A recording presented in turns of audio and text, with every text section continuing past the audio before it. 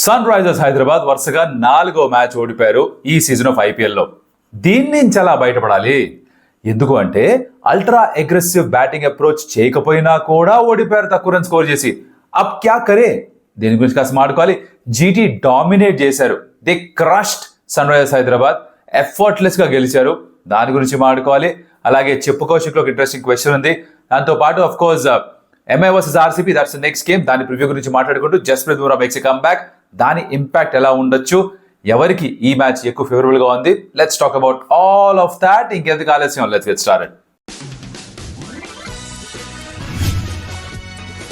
Welcome to Stump Tales. నా పేరు Kaushik. First things first, Gujarat Titans కి హ్యాట్స్ ఆఫ్. బికాజ్ వాళ్ళు బెంగళూరుకి వెళ్ళి ఆర్సీబీని ఓడించి హైదరాబాద్కి వచ్చి ఎస్ఆర్ఎస్ ని ఓడించారు, కన్విన్సింగ్ గా ఓడించారు. They basically dominated with every department, bowling, batting, fielding, you name it, they did it. And SRH దగ్గర ఆన్సర్సే లేవు. ఫస్ట్ బ్యాటింగ్ చేశారు సన్ రైజర్స్ హైదరాబాద్, చేయాల్సి వచ్చింది because Gujarat Titans captain Shubman Gill toss గెలిచి మీరు చేయండి రవై బ్యాటింగ్ అన్నాడు. 153 మాత్రమే స్కోర్ చేశారు అండ్ దాన్ని 16th ఓవర్లో చేసేశారు. ఈ 16th ఓవర్ కావాలేట్రా సన్ రైజర్స్ హైదరాబాద్ కి అని డౌట్ రావాలా మీకు? ఆలోచించండి. దీని ముందు మ్యాచ్ లో కూడా 190 కొట్టినప్పుడు ఎల్ఎస్జీ తోటి 16 ఓవర్స్ చేజ్ అయిపోయింది. డీసీతో కూడా మ్యాచ్ 16 ఓవర్లో అయిపోయింది. ఇక్కడ మళ్ళీ మ్యాచ్ 16 ఓవర్లో అయిపోతుంది. What is the sweet 16 problem for Sunrisers Hyderabad? Yeah, I'm not understanding. మీకు ఏమైనా తెలిస్తే కమెంట్లో చెప్పండి. అలాగే ఎక్కడన్నా సరే వీడియో ఏ పాయింట్లో నచ్చినా సరే ఒక లైక్ కొట్టి పెట్టండి. It's very small thing for you, but మాకు చాలా హెల్ప్ అవుతుంది. బికాజ్ యూట్యూబ్ వీడియో ఆటోమేటిక్గా ఎక్కువ మందికి చూపిస్తుంది. అలా కొత్తగా ఎవరైనా వచ్చిన వాళ్ళు ఉంటే కనుక, if you like what we're doing, మా వీడియోస్ నచ్చితే కనుక consider subscribing Stump Tales, because that will give us lot of validation. మీరు చేస్తున్న పని బాగుంది, కరెక్టే అని మాకు అర్థమవుతుంది. So do that. Okay, back to the game. డీటెయిల్స్లోకి వెళ్ళిపోదాం, because devil lies in the details. ఏంటి అయిందంటే, సన్ రైజర్స్ హైదరాబాద్ బ్యాటింగ్ చూస్తే కనుక అల్ట్రా అగ్రెసివ్గా ఆడలేదు. ఎస్, ట్రావిస్ హెడ్ చిప్ చేస్తూ అవుట్ అయ్యాడు, Abhishek Sharma mid on clear చేద్దామని అవుట్ అయ్యాడు, ఇషాన్ కిషన్ పుల్లు కొట్టి అవుట్ అయ్యాడు, Klaasen and bowled. I understand that, but ఇది 13th ఓవర్ దాకా ఫస్ట్ సిక్సర్ కూడా స్కోర్ చేయలేదు Sunrisers Hyderabad. What does it tell you? Ultra aggressive అప్రోచ్ని కొంచెం తీసి పక్కన పెట్టారు. మేజర్ ప్రాబ్లం ఎక్కడొచ్చి వచ్చిందంటే, పిచ్ ఏదైతే వాడారో అది గతంలో కూడా ఎప్పుడు హై స్కోరింగ్ పిచ్గా లేదు. అక్కడ ఈ మ్యాచ్ ఆడడం, స్లోగా ఉండడం, కాస్త బాల్ టర్న్ అవ్వడం, ఇది ఎస్ఆర్హెచ్ బ్యాటర్స్కి ఏ మాత్రం సెట్ అవ్వలేదు. వి నో దట్ ఎస్ఆర్హెచ్కి వాళ్ళ బ్యాటింగే వాళ్ళ బలం, వాళ్ళ బౌలింగ్ అంత గొప్పగా లేదు. బ్యాటింగ్తో 280 కొట్టినప్పుడు కూడా 240 కన్సిడర్ చేశారు వాళ్ళు. సో వాళ్ళకి ఒకటే ఒక మార్గం ఏంటంటే 200 కనీసం కొట్టాలి. అప్పుడు చేజ్ చేస్తున్న టీము పొరపాట్లు చేసి వీళ్ళ బౌలింగ్లో కట్టడి అవ్వబడాలి. అలాంటిది ఒక హోప్ ఉంటుంది అనమాట. సో పార్ కంటే కూడా 20-30 రన్స్ ఎక్కువ స్కోర్ చేస్తుండాలి సన్ రైజర్స్ హైదరాబాద్. అది వాళ్ళకి ఆయుపట్టు. మాంత్రికుడు ప్రాణం పిచ్చుకలో ఉన్నట్టు ఇది పాతాళ భైరవిలో, అలాగా ఎస్ఆర్హెచ్ ప్రాణం వాళ్ళ బ్యాటింగ్లోనే ఉంది. ఆ బ్యాటింగే కుప్పకూలిపోయింది. నితీష్ ఇంకా ఎంట్రీ క్లాస్ కొంచెం కాసేపు ఉందాం అన్నట్టుగా ఆడారు. 50 రన్ పార్ట్నర్షిప్. అప్పుడే మొమెంటం మారుతుండింది, జస్ట్ దెన్ మొమెంటం మారుతుండింది. క్లాస్లో 6 కొట్టాడు, నితీష్ ఒక 4 కొట్టాడు, క్లాస్ ఇంకో 4 కొట్టాడు. మారుతుందిరా మొమెంటం అన్నప్పుడు సాయి కిషోర్ వచ్చి ఏందనుకుంటున్నారా మీరు అని చెప్పి ఒక ఆమ్ బాల్ వేయడం. ఫేవరెట్ షాట్ క్లాసన్కి off the back foot mid wicket పనిచుకోవడంలో తగిలి ఉంటే బయటికే తగలలేదు, మనోడు బయటికి వెళ్ళిపోయాడు. As simple as that. Next Nitish obviously ఇంకా ప్రెజర్ పెరుగుతుంది. రన్ బాల్ 30 వాడంతా స్కోర్ చేశాడు, బాగానే ఆడుతున్నాడు అనిపించింది. బట్ ఎస్, ఆ రన్ బాల్ చాలా మందికి అనిపిస్తుంది క్యారే బయ్యే అని, బట్ ఏం చేయలేడు, ఇంకా మనిషి ఇంకేం చేయలేడు అనమాట. మన విజయశంకర్ ఎలా అయితే ఆడాడో ఆ స్లో పిచ్ పైన ఫర్ సిఎస్కే, అలాగే ఇక్కడ నితీష్ కుమార్ రెడ్డి కూడా రీబిల్డింగ్ ఎఫర్ట్లో కొంచెం నెమ్మదిగా ఆడుతూ పోయాడు. కొంచెం యాక్సలరేట్ చేద్దాం అనుకున్న టైంలో అవుట్ అయిపోయాడు. He needs to come back to form. ఆ విన్నింగ్ వేస్లోకి వస్తే సన్ రైజర్స్ హైదరాబాద్ కొంచెం కాంట్రిబ్యూట్ చేస్తే కాస్త కాన్ఫిడెన్స్ పెరుగుతుందేమో. అదొకటే కాస్త తక్కువగా అనిపిస్తుంది ప్రస్తుతానికి నాకు. I really hope that he comes back to form. అతి త్వరలో తిరిగి వెనక్కి ఫామ్లోకి వస్తే బాగుంటుంది. సో దాని తర్వాత కూడా ఆ 150 కూడా ఎందుకు వచ్చింది? కెప్టెన్ ప్యాట్ కమిన్స్ లాస్ట్లో ఊపాడు కాబట్టి బ్యాట్ని ఇష్టం వచ్చినట్టు షాట్లు కొట్టాడు. 6, 4, 9 బాల్స్లో ఒక 20 చిల్లరంతో కొట్టాడు కాబట్టి 150 అన్నా వచ్చింది సన్ రైజర్స్ హైదరాబాద్కి, లేకపోతే అది లేదు. అవునా? ఇక్కడ మనం ఆడుకోవాల్సిన విషయం, సన్ రైజర్స్ హైదరాబాద్ ఫ్యాన్స్ని అంతగా అలరించకపోయినా కూడా హైదరాబాద్ కుర్రోడు హైదరాబాద్ ఫ్యాన్స్ని తెగ అలరించాడు. మియాభాయ్ 4 wicket haul, his best figures in IPL yet, 4 for 17. ఎంతమంది గుర్తుందో తెలియదు కానీ గుర్తుంటే మటుకు కింద కమెంట్లో పెట్టాలి మా బ్రో, నాకు గుర్తుంది మా బ్రో అని. బికాజ్ మనం తను ఎప్పుడైతే ఛాంపియన్స్ ట్రోఫీకి డ్రాప్ అయ్యాడో, we spoke about this saying that సిరాజ్కి maybe it's a blessing in disguise. Siraj అట్లా డ్రాప్ అవడంతో ఇప్పుడు జరుగుతుంది ఏంటంటే, he gets time to rebuild his strength. కంటిన్యూస్గా ఆడుతూ ఉండే బదులు ఇక్కడ బ్రేక్ దొరికితే తన బాడీ పైన వర్క్ చేయొచ్చు, ఫిట్నెస్ పైన వర్క్ చేయొచ్చు, స్కిల్స్ పైన పని చేయొచ్చు, తిరిగి మళ్ళీ కంబ్యాక్ చేయొచ్చు. ఛాంపియన్స్ ట్రోఫీ పిక్ అవ్వలేదు, ఆ కసి కోపంతో కూడా ఇప్పుడు తీరుస్తున్నాడు. I'm really happy for Siraj. ఇలాంటివి జరిగినప్పుడే మీ యాక్చువల్ క్యారెక్టర్ బయటపడుతుంది. He's bowling phenomenally well. బెంగళూరులో బాగా వేశాడు, హైదరాబాద్లో బాగా వేశాడు. He's going from strength to strength. Power play 6 wickets తీసుకున్నాడు. Hats off to Miyabhai. Arrest చేశారు డిఎస్పీ గారు సన్ రైజ్ హైదరాబాద్ బ్యాటర్స్ని. పైన ఇద్దరు, కింద ఇద్దరు. బాల్ రివర్స్ అవడం స్టార్ట్ అయింది. మధ్యలో మీరు గమనించలేదు ఒకసారి శుభ్మన్ గిల్ దగ్గర బాల్ అంటే, శుభ్మన్ బాలీ నువ్వు ఫస్ట్ బాల్ నాకని చెప్పి బాల్ తీసుకొని ఉమ్మెట్టి షైన్ చేసి సలహా పెట్టచ్చు కదా. ఇప్పుడు షైన్ చేసి దాన్ని రివర్స్ చేయడం మొదలెట్టి రచ్చ చేసాడు. 4 వికెట్స్ తీసుకున్నాడు. సాయి కిషోర్ బాగా వేసాడు, 2 వికెట్స్ తను తీసుకున్నాడు. సో ఇలా ఓవరాల్గా వీళ్ళు అరికట్టారు సన్ రైజ్ హైదరాబాద్ 153కే. చేజ్ చేస్తున్నప్పుడు స్టార్ట్ పర్లేదు అనిపించింది, బికాజ్ పుల్లు కొట్టంగానే స్క్వేర్ లెగ్లో క్యాచ్, షమికో వికెట్. తర్వాత ప్యాట్ కమిన్స్ రన్స్ మాత్రమే కాదు బాల్తో కూడా కాంట్రిబ్యూట్ చేస్తానని చెప్పి జాస్ బట్లర్ని అవుట్ చేశాడు. ఇన్సైడ్ ఎడ్జ్ కీపర్ మంచి క్యాచ్ పట్టాడు. 2 వికెట్లు పడ్డాయి, అంతా బాగానే ఉంది. 4.3, 4.4 దాకా కూడా అల్లా వెళ్తుంది, అట్ట వెళ్తుంది అనమాట. 28 for 2 ఎంతో. వాషింగ్టన్ సుందర్ బౌలర్గా ఆడతాడేమో, లెఫ్ట్ హ్యాండర్స్ ఉన్నారు కదా, ఆఫ్ స్పిన్ వేస్తాడేమో అనుకుంటే ఒక్క ఓవర్ కూడా వేయకుండా నంబర్ 4లో బ్యాటింగ్ వచ్చి అప్పుడు కొట్టాడయ్యా. సిమర్జీత్ వేసిన 6th ఓవర్లో పవర్ ప్లే లాస్ట్ ఓవర్లో 20 రన్స్ కొట్టాడు, జస్ట్ 20. ఆ 5th ఓవర్ లాస్ట్ బాల్లో 4 కొట్టాడు Shubman Gill. So basically 7 balls లో 24 రన్స్. అక్కడ మొత్తం మారిపోయింది, మొమెంటం మొత్తం షిఫ్ట్ అయిపోయింది. సిమర్జిత్ని ఇంపాక్ట్ సబ్గా ఎందుకు తెచ్చారు అని తలగొట్టుకోవాలనిపిస్తుంది. ఫస్ట్ థింగ్స్ ఫస్ట్, కమిండో మెండిస్ని ఆడిస్తే బౌలింగ్ చేయించాలి. బౌలింగ్ చేయించినట్టు బ్యాటింగ్ కోసం ఆడిస్తున్నారు మెండిస్ని, అర్థం కాని విషయం. ఈ పిచ్ పైన జాంపా బెటర్ ఆప్షన్ అయి ఉండేదేమో, బికాస్ పిచ్ చూస్తేనే అర్థమైంది కొంచెం బ్లాక్ సాయిల్, కొంచెం డ్రైగా ఉంది, స్పిన్నర్స్కి వెళ్ళకుండొచ్చు అని. జాంపాని ఆడించలేదు. సిమర్జిత్ని తెచ్చారు, ఎక్స్ట్రా జిప్ అండ్ పేస్ ఉన్న బౌలర్ని. ఆ పేస్ యూజ్ చేసి రన్లు కొట్టారు. సో స్ట్రాటజికల్ అగైన్ పొరపాటు జరిగింది. సిమర్జిత్కి కూడా ఇట్స్ నాట్ గోయింగ్ వెల్. ఇక్కడ ఈ వెన్యూలోనే ఒక 2 వికెట్స్ తీసుకున్నాడు first game against RRs. But దాని తర్వాత నుంచి కూడా ప్రతి ఓవర్ కనీసం 13 runs per over కన్సిడర్ చేస్తున్నాడు. ఈ మ్యాచ్లో 20 ఇచ్చాడు. కాన్ఫిడెన్స్ ఆబ్వియస్లీ మళ్ళీ పాతలంలోకి వెళ్ళిపోతుంది. అది అయిపోయిందా, అక్కడ మొమెంటం షిఫ్ట్ అయింది. ఈ వాషింగ్టన్ సుందర్ అక్కడతో ఆగకుండా 49 కొట్టాడు. Just 1 run away from his first IPL 50. ఒక కాంట్రవర్షియల్ కంటెన్షియస్ క్యాచ్ దుంకి మనోడు క్యాచ్ పట్టాడు. అనికేత్ వర్మ బాల్ తన ఫింగర్స్ పైన పడిందని చెప్పి థర్డ్ అంపైర్ అన్నాడు. కానీ ఆ జూమ్ చేసి యాంగిల్ ఎలా చూసినా సరే అది ఎక్కడ నేల తగిలినట్టుగా అనిపించింది. అడిగారు కూడా Shubman Gill, but third umpire నిర్ణయం ఫైనల్ కదా, hats off, thank you very much చెప్పి వెళ్ళిపోయాడు. బట్ దాని తర్వాత ఫోర్ వచ్చి 2-3 4 కొట్టడం, 6 కొట్టడం. గిల్ నుండి స్వీపులు గట్రా కొట్టేసి 60 runs కొట్టేసి ఫినిష్ చేశారు. సో గిల్ కూడా బాగా ఆడాడు. Is been threatening to do this. Starts వస్తూ ఉన్నాయి. ఆ స్టార్ట్స్ ఒక పెద్ద 50గా కన్వర్ట్ చేశాడు. చాలా ఓపికగా, చాలా నియంత్రణతో, చాలా క్రమశిక్షణతో, చాలా బాధ్యతతో కూడుకున్న ఇన్నింగ్స్ ఆడాడు శుభ్మన్ గిల్. ఓ క్యాప్టెన్స్ నాక్ ఆడాడు. ఈసారి సుదర్శన్ ఇంకా Buttler they didn't get going కాబట్టి ఆ సిచ్యువేషన్, ఆ రెస్పాన్సిబిలిటీని తను తీసుకుని తను మొత్తం ఇన్నింగ్స్ అంతా ఆడాడు. తర్వాత వచ్చిన వాషింగ్టన్ సుందర్ ఎలాగో అగ్రెసివ్గా ఆడాడు. తర్వాత వచ్చిన రుద్రఫర్డ్ కూడా అలానే ఆడాడు. సో బేసిక్గా ఇలా 7 వికెట్స్ తేడాతోటి ఇంకా 4 ఓవర్లు ఆల్మోస్ట్ మిగిలిండగానే మ్యాచ్ని ఫినిష్ చేశారు. జీటీ క్రష్ చేసి పడేశారు. 5 games లో 4 ఓడిపోయారు. ఇక్కడ నుంచి వరుస పెట్టి గెలిస్తే తప్ప వీళ్ళ ప్లే ఆఫ్స్కి వెళ్ళాలి అని ఒక కలేదన్నా ఉందో అది చెరిగిపోతుంది అనమాట. ఇంకో మ్యాచ్ ఓడిపోయారా ఇంకా సీజన్కి పెట్టి వెళ్ళి సర్దేసుకోవచ్చు. Unless they do an RCB. Last season RCB last 8లో 7 గెలవడం ఈ టైప్లో ఏదో చేస్తే తప్ప ఎక్స్ట్రీమ్లీ డిఫికల్ట్ అయిపోతుంది సన్ రైజ్ హైదరాబాద్కి. So this is what happened. GT dominate చేశారు సన్ రైజ్ హైదరాబాద్ని. ఈ రివ్యూ ఇక్కడతో ఫినిష్ చేసేద్దాం. నెక్స్ట్ గేమ్ ఈ టాటా ఐపీఎల్లో is MI taking on RCB. Match జరుగుతుంది వాంఖడేలో. అండ్ ఎంఐ ఇప్పటికి 4 మ్యాచ్లు ఆడితే 3 ఓడిపోయారు. బట్ వాళ్ళకి బాగా కాన్ఫిడెన్స్ ఇచ్చే విషయం ఏమిటంటే ఈ ఎంఐ వర్సెస్ ఆర్సీబీ మ్యాచ్ లో who's the Hooga player to watch out for. దానికంటే ముందు హూగా అంటే ఏంటి? Hooga is a kids athleisure wear brand. దీంట్లో ఏజ్ 4 to 16, 4 నుంచి 16 సంవత్సరాల పిల్లలకి స్పోర్ట్స్ వేర్, అథ్లీజర్ వేర్ తయారు చేస్తూ ఉంటారు. టెన్నిస్, బ్యాడ్మింటన్, అథ్లెటిక్స్, యోగా ఇలాంటి స్పోర్ట్స్లో పార్టిసిపేట్ చేసే పిల్లలందరికీ కూడా అథ్లీజర్ అండ్ స్పోర్ట్స్ వేర్ తయారు చేస్తారనమాట. వాళ్ళ డిజైన్స్ కొన్ని మీ స్క్రీన్ మీద కనిపించి ఉంటాయి. వాళ్ళ వెబ్సైట్ లింక్ అవన్నీ డిస్క్రిప్షన్లో ఉంటాయి. Please go check their offerings. వాళ్ళ డిజైన్స్ చాలా బాగుంటాయి. Very very very breathable fabrics, skin friendly ఇవన్నీ కూడా ఉన్నాయి. చూడండి, మీకు అర్థమవుతుంది. నచ్చితే you can go ahead and purchase that. And దాంట్లో భాగంగా Hooga play to watch out for ఈ గేమ్లో ఎవరు అంటే it's going to be Jasprit Bumrah for me. Jasprit Bumrah is back, is available for selection అని చెప్తున్నారు. నేను ఎక్కడో వార్తలో చదివింది ఏంటంటే అంతర్జాలంలో ఈ మ్యాచ్ ఆడకపోవచ్చు, నెక్స్ట్ మ్యాచ్ నుంచి అవైలబుల్గా ఉండొచ్చు చదివా. కానీ నెట్స్లో బౌలింగ్ చేస్తున్న ఒక యార్కర్ వేసాడు, చూసే ఉంటారు సోషల్ మీడియాలో. సో ఈ looks to be fit and rearing to go. Select అయితే గనక వీళ్ళకి కొండంత బలంగా మారుతాడు, దానిలో సందేహం లేదు. సింగిల్ హ్యాండెడ్ గా మ్యాచ్ ని మార్చేయగలడు. బట్ ఆ బ్యాటింగ్ ఇష్యూస్ ని మటుకు తను సాల్వ్ చేయలేడు. ఆ బ్యాటింగ్ ఇష్యూస్ బ్యాటర్సే ఫిక్స్ చేసుకోవాలి.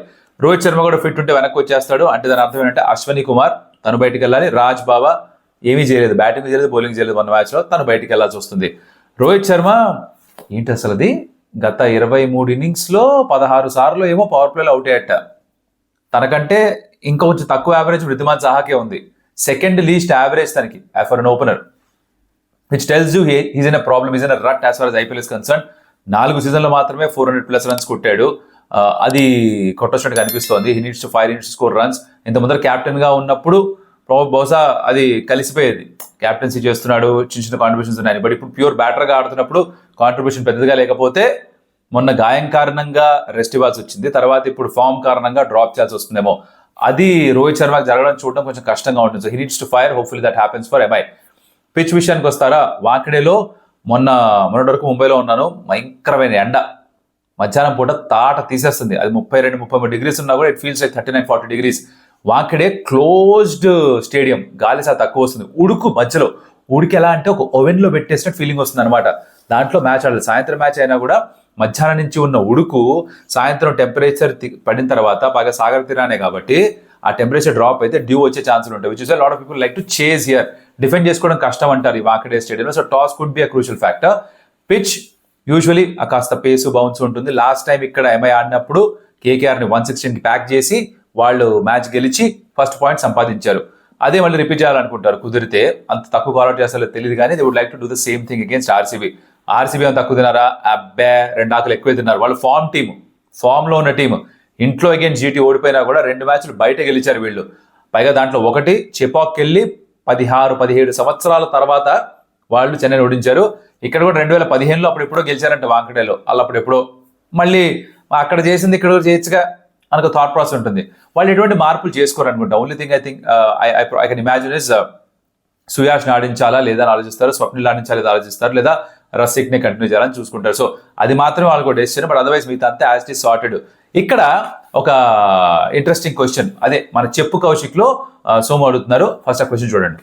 Hi hello welcome to stump tiles. నేను మీ కౌశిక్ కాదు సోము. క్వశ్చన్ ఏంటంటే RCB ఓపెనర్స్ ఉన్నారు కదా, ఇప్పుడు కోహ్లీ అండ్ సాల్ట్ చేస్తున్నారు కదా నా ఓపెనింగ్. ప్రీవియస్ గా దేవదత్ పడిక్కల్ RCBకి ఓపెనర్ గా చాలా చేశాడు, సెంచరీ కూడా ఉంది ఓపెనర్ గా, మంచిగా ఆడతాడు పవర్ ప్లేలో. సో ఎందుకని పడిక్కల్ని ముందుకు తీసుకొచ్చి కోహ్లీ ఫస్ట్ 1 down రాకూడదు? కోహ్లీ 1 down వచ్చినా ఆడగలడు. ఈ చేంజ్ ఏమైనా చేస్తే పడిక్కల్కి ఏమైనా ప్లస్ అయ్యే ఛాన్స్ ఉందా? అండ్ అలా ఇంకో క్వశ్చన్ ఏంటంటే, మీకు బ్యాటింగ్ చూడడం ఇష్టమా, బౌలింగ్ చూడడం ఇష్టమా అన్న? Under-19 బౌలింగ్కి సెలెక్ట్ అయ్యారని చెప్పారు. Your fast bowler. Next video ప్రణయ్తో ఎప్పుడన్నా, ప్రణయ్ ఆర్ చారితో ఎప్పుడు? We're waiting. అంతే అన్న, ఈ వీడియోకి థ్యాంక్స్ అన్న. ఈ వీడియో కానీ మీరు పోస్ట్ చేస్తే thank you very much. And నా పేరు Somesh and I have a YouTube channel Somu talkies. Thank you అన్న, thank you. Thanks for the question భయ్యా. సో ఫస్ట్ థింగ్స్ ఫస్ట్, మొదటి క్వశ్చన్ ఆన్సర్ చెప్తాం.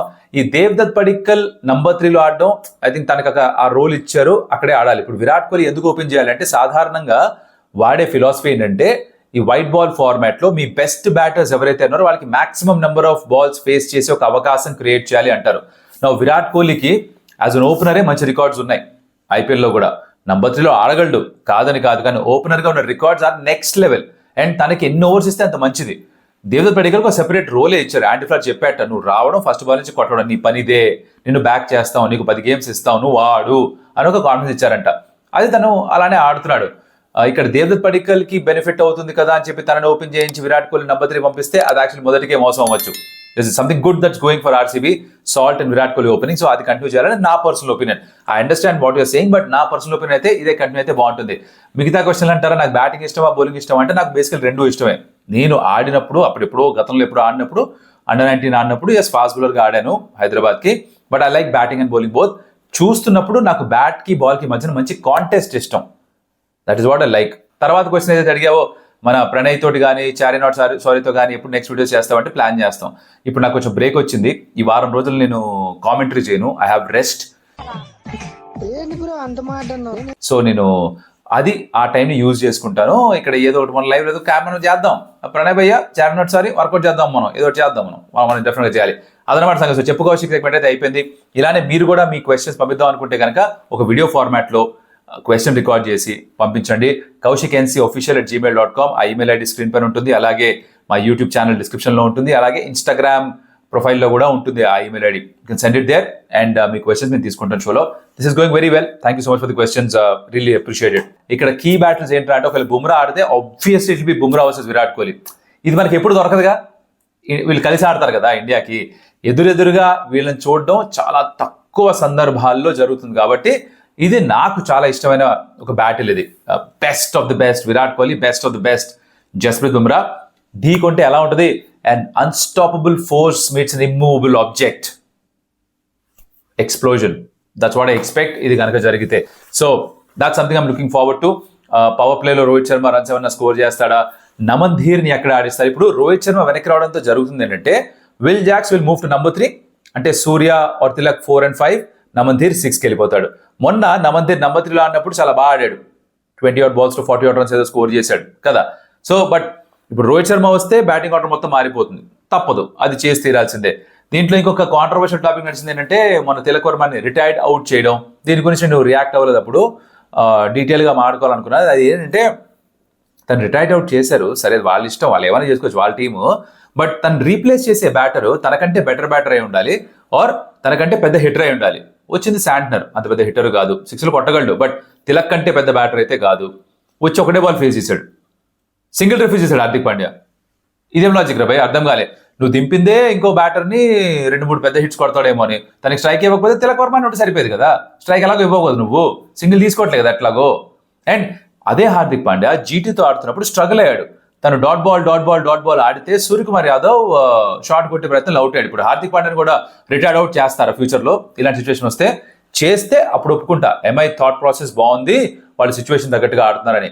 ప్లేయర్ని బట్టి మారుతుందా అది, ఆర్ సిచ్యువేషన్ తగ్గట్టుగానే నిర్ణయం తీసుకుంటారా? అక్కడ టెస్ట్ అవుతుంది ఎంఐ ఆలోచన విధానం. ప్రస్తుతానికైతే ఇదంత కరెక్ట్గా అనిపించలేదు, బికాజ్ యూ నెవర్ నో.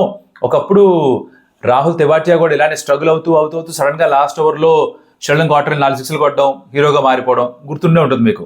అలాంటివి జరుగుతాయి క్రికెట్లో. It keeps happening multiple times. ఒక్క షాట్ మొత్తం మార్చేస్తుంది. ఆ అవకాశం ఇచ్చుంటే బాగుంటుందేమో తిలక్ వర్మకి. ఎట్లాగో అప్పటికి మ్యాచ్ ఆల్మోస్ట్ ఏదాటిపోయినట్టు పరిస్థితి అది. Any which ways that's what happened. ఇది నా ఒపీనియన్ అగైన్. మీరేమనుకుంటున్నారు కమెంట్లో చెప్పొచ్చు. అలాగే I think this match going to be really fun. RCB needs to again bounce back and get in to winning ways. Bhuvi enjoy చేస్తారు ఇక్కడ బౌలింగ్ చేయడం. Hazlewood will enjoy bowling at Wankhede. But look at the bowling lineup of MI right now. Bumrah, Boult, Deepak Chahar. ఆహా, అసలు ఏమన్నా fast bowling department అది. మొన్నటి వరకే చాలా బాగుంది అనుకుంటే పైగా హార్దిక్ పాండ్యా. నలుగురు 4 ఓవర్లు వేయగలరు at any point of time. Super సిచ్యువేషన్లోకి వస్తారు బుమ్రా వచ్చేసిన తర్వాత. So MI is a very strong side right now. RCB కూడా అంతే స్ట్రాంగ్గా ఉంది. సో ఇద్దరు ఢీ కొట్టే గట్టి పోటీలు అరగాలి, అది మనం చూసి ఎంజాయ్ చేయాలి. ఇది నేను కోరుకున్న విషయం అనమాట. పైగా ఇది అబ్జర్వ్ చేశారా, ఆరెంజ్ ఎస్ఆర్హెచ్ రివ్యూ చేసాక ఆరెంజ్, ఇది నా చొక్కా కాదరా. స్టార్ స్పోర్ట్స్ ఛానల్ వాళ్ళు అప్పుడప్పుడు మేము వెన్యూకి వెళ్ళినప్పుడు ఆర్ ఎస్ఆర్హెచ్ మ్యాచ్ ఉన్నప్పుడు, బికాస్ స్టార్ స్పోర్ట్స్ తెలుగు ఎస్ఆర్హెచ్కి కొంచెం ఎక్కువ ప్రాధాన్యత ఇస్తారు కాబట్టి యాంకర్స్కి ఆ ఆరెంజ్ ఇస్తారు. అందుకని అది వేసుకున్నా. ఎవడో పెట్టాడు కమెంట్, సిఎస్కేకి అయితే ఇది పెట్టుకున్నావు, ఆర్సీబీకి అది వేసుకున్నావు. అవును, అవి నా మర్చెండైజ్, నాకు నచ్చిన మర్చెండైజ్, నా డిజైన్లు, నా ఇష్టం భయ్యా. నేను ప్రతి టీంకి ఒక టీషర్ట్ డిజైన్ చేసుకోలేదు. నాకు ఎవరైతే కావాలనుకున్నానో వాళ్ళది మాత్రమే చేసుకున్నాను. మర్చెండైజ్ చేసేది ఒక బిజినెస్ వెంచర్ అది. దాంట్లో నాకు ఎక్కడ ఎక్కువ సేల్ అవుతుంది చూసుకుంటాను, కానీ అన్ని టీములకి న్యాయం చేయాలని చూసుకుంటానా? కాదుగా. కొంచెం బ్రెయిన్ వాడండి. ఇది మాట్లాడేది ఇక్కడ అన్ని టీముల గురించి మాట్లాడతాం, అది బిజినెస్, అది వ్యాపారం. ఏంది భయ్యా ఎట్టున్నారేంది అసలు? కామన్ సెన్స్ అసలు ఈజ్ లీవింగ్ ద చాట్ అమ్మా. ఎనీవేస్, ఇది లాస్ట్లో మాత్రం చెప్దాం అనుకున్నాను. ముందర అనవసరంగా చెప్పి మీకు బుర్ర పాడేద్దాం అనుకోలేదు. ఇప్పటిదాకా చూస్తుంటే ఓ హైఫై మీకు మ్యాటర్ అర్థమైంటే కమెంట్లో చెప్పండి మీరేమనుకుంటున్నారు. Next like, share, subscribe to the channel కొత్తగా వచ్చుంటే కనుక. అలాగే మనం మళ్ళీ కలుస్తాం. అప్పటిదాకా సెలవు. RCB and MI block buster of a game. Let's enjoy the fun. Adios, amigos.